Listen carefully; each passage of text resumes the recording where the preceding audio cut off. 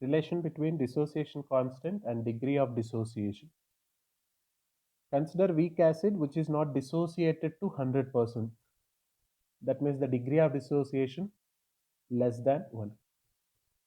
If HA is the general representation of weak acid, which gives H plus and A minus, at time t is equal to 0, let C be the concentration of weak acid. Initially H plus and A minus is 0. At time t is equal to T equilibrium, where equilibrium is attained, let C alpha dissociated from HA. C alpha moles will be formed as H plus and C alpha moles will be formed as A minus, since they are in the same mole ratio to each other. So the concentration of H plus will be equals to C alpha, concentration of A minus will be equals to C alpha, and concentration of HA at equilibrium will be equals to C minus C alpha, C into 1 minus alpha, such that equilibrium constant Ka can be written as concentration of products by concentration of reactants, which is given as C alpha square by 1 minus alpha.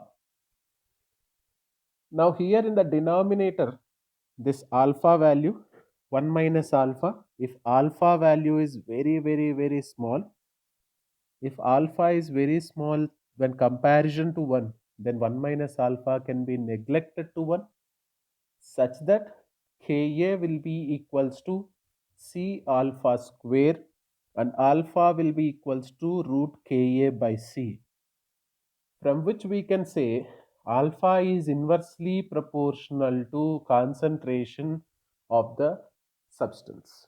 So if you say the solution, concentration of the solution decreases, degree of dissociation for a weak electrolyte increases. Ostwald dilution law gives you this conclusion originally.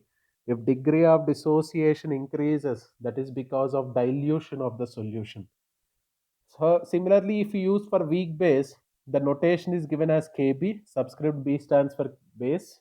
So Kb is equals to C alpha square, alpha will be given as root over Kb by C. So the relation for Ka is C alpha square, Kb will be C alpha square. Correspondingly, if alpha value is very much less than 1 for a weak electrolyte.